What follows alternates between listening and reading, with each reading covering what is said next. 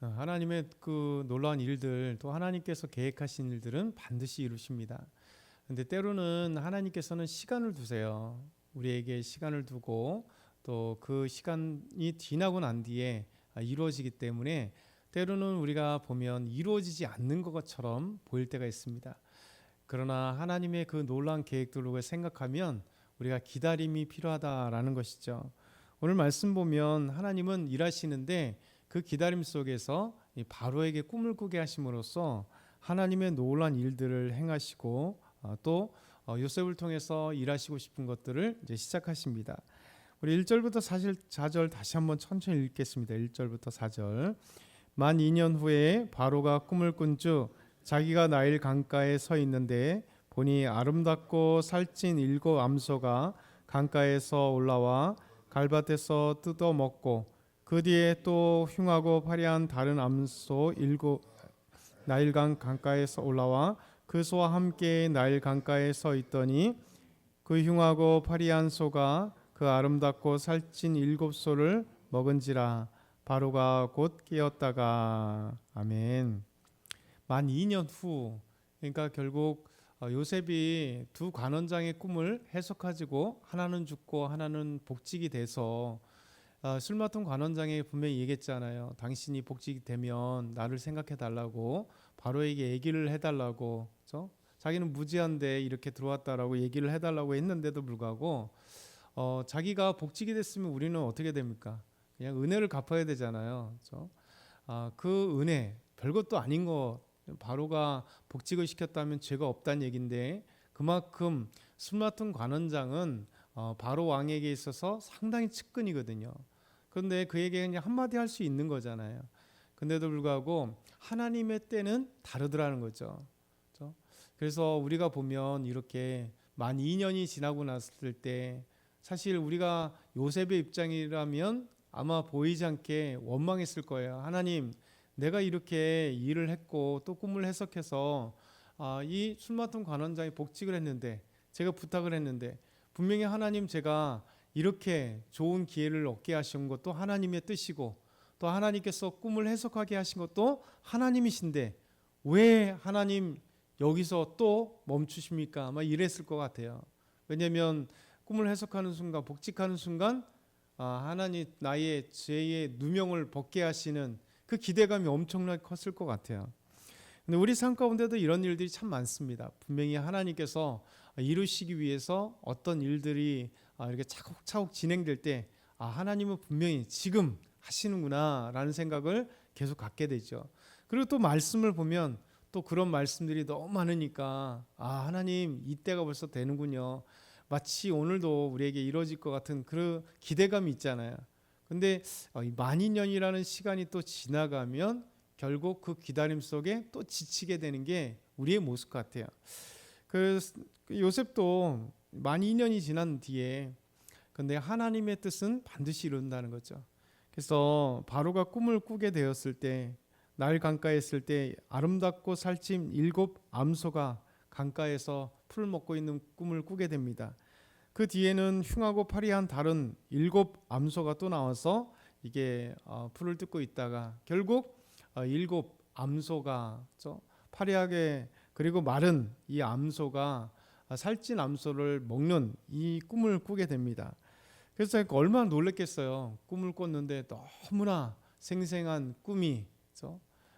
그러고 나서 그가 이제 번민하다 다시 자는 거죠. 잤는데 똑같은 꿈이 일어나는 겁니다. 이번에는 풍성하고 충실한 7이삭이 동풍에 마르고 가는 이삭이 또 나오는데, 이 동풍에 마르고 아주 삐쩍 마른 이 이삭이 7 충실한 이삭을 또 잡아먹는 이런 삼켜버리는 이런 꿈을 꾸게 되니 사실 바로가 얼마나 놀랐겠어요. 처음 꾸는 것. 그리고 또 특별히 예전에 이제 이게 왕들이나 이런 사람들이 예지몽이라 그러잖아요. 어떤 국가의 중대사나 이런 것들이 꿈과 연결이 돼 있기 때문에 더 예민합니다. 그래서 이런 꿈은 그냥 보통 꿈이 아니다 생각하기 때문에 이 바로 왕이 꿈에서 잠에서 일어나고 나서 엄청난 번민을 하는 게 도대체 무슨 꿈일까? 이게 무슨 꿈일까? 그러면서 아침부터 막 그 꿈 생각이 꿈이 아주 그냥 현실처럼 생생했다는 얘기잖아요. 그것도 한 번도 아니고 두 번씩이나 강하게 꿈었기 때문에 아마 바로 왕도 이것 때문에 거의 밤을 설칠 뿐만 아니라 아침에 그냥 성경에 오늘 말씀의 표현대로 아주 번민해가지고 어찌할 바를 모르는 거죠. 그러니까 애굽의 점술가와 현인들을 다 부르는 겁니다. 왜냐하면 이 꿈이 도대체 무슨 꿈인가. 그래서 애굽의 점술가들이 하는 일이 이런 거잖아요. 왕의 중대사를 논하고 왕의 중대사를 결정할 때 뭐 꿈이라든가 여러 가지 징조를 보는 자들이 바로 점술가들인데, 왕이 꿈을 꾸었으니까 그 꿈을 해석을 해줘야 되잖아요. 근데 알 수 없다는 거죠. 그리고 현인들, 지혜로운 사람들, 이 아주 높은 지체 높은 사람들을 다 불러서 이런 꿈을 꿨는데 그 뜻이 뭐냐라고 물으는데 알 사람이 없는 거죠. 하나님은 이때 하나님의 놀라운 일들을 행하세요. 그렇죠? 만 2년이 지나고 보니까 왜 하나님은 2년 동안 침묵하셨나? 그러니까 침묵하신 게 아니라 가장 완벽할 때 하나님이 일하시기 위해서, 만약에 우리가 생각하듯이 요셉이 청에 의해서 술 맡은 관원장에게 얘기해서 그 술 맡은 관원장이 바로에게 얘기했다. 그러면 여러분 생각해 보세요. 바로가 무엇을 하겠어요? 아마도 뭐 친위대장 불러서 야, 너 이 술 맡은 관원장에게 얘기 들어보니까 꿈을 해석해서 이거잖아요. 그런데 꿈을 해석해줘서 복직을 했는데 잘 맞췄어. 근데 요셉이 그렇지 않더라. 이렇게 얘기한들 아마 친위대장이 얘기할 거예요. 왕이시여, 사실은 이렇습니다. 제 아내가 혼자 있을 때 아내에게 이런 몹짓을 하려고 했습니다. 그리고 그 애굽 사람 이 종이 이 히브리 사람 종이 자기 옷을 이렇게 벗어놓고 간 게 이게 증거가 있습니다. 지금처럼 뭐 CCTV가 있는 것도 아니고 아무도 없었기 때문에 친위대장은 누구의 말을 듣겠어요? 아무리 충실하고 하나님의 동행하심, 행하심, 함께하심을 보고 복이 넘쳐났지만 그래도 자기 아내의 이야기를 듣지 않겠어요?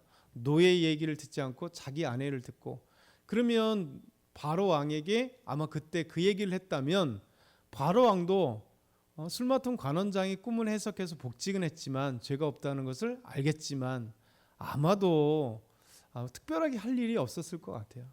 그러니까 우리가 생각하면 바로 응답돼야 되고, 우리가 생각하면 너무나 하나님의 형통이 이렇게 만나게 하셨으면 이것으로 더 이렇게 형통하게 하시는 것처럼 보여주면 얼마 좋을까, 이런 생각이잖아요. 그런데도 불구하고 하나님께서는 그 하실 일들을 계획하고 준비하더라는 거죠. 그렇죠?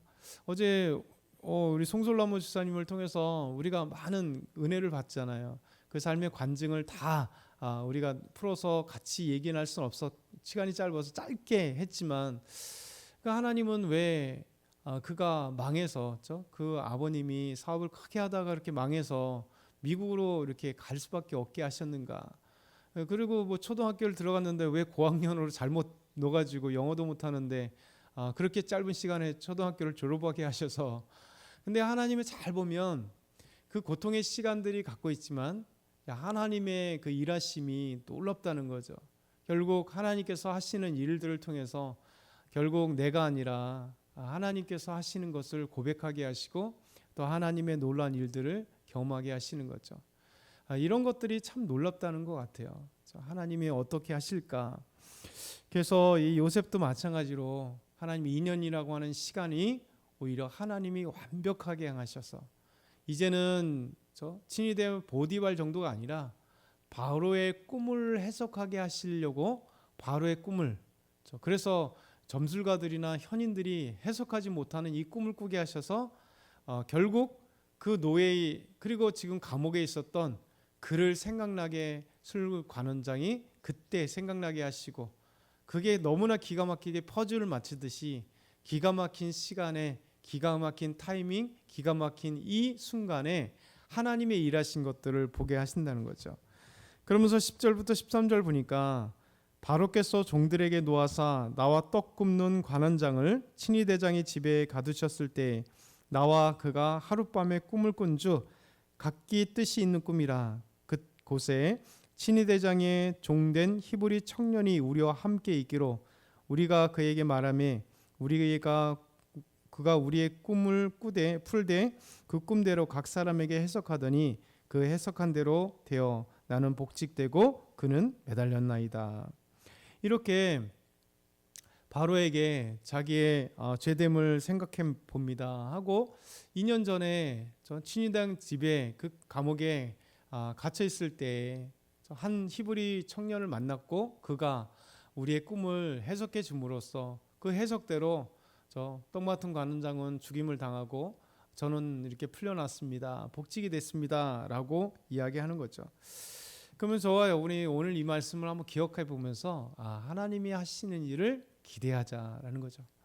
비록 때로는 더딜지라도 하나님의 손에는, 하나님의 계획에는, 하나님의 뜻에는 절대 실망이 없으시고 후회함이 없으시고 또 부족함이 없으시다는 거예요. 그래서 오늘도 우리 하나님께서 우리를 통해 일하실 것이 무엇인가, 오늘도 인내하게 하시는 그 이유가 무엇일까를 우리 삶 가운데 이해할 때 하나님께서 우리가 생각하고 계획하는 것보다 너무 놀라운 그 은혜들을 누리게 하시는 것, 오늘도 기대하며 승리하는 저와 여러분 다 되길 소망합니다.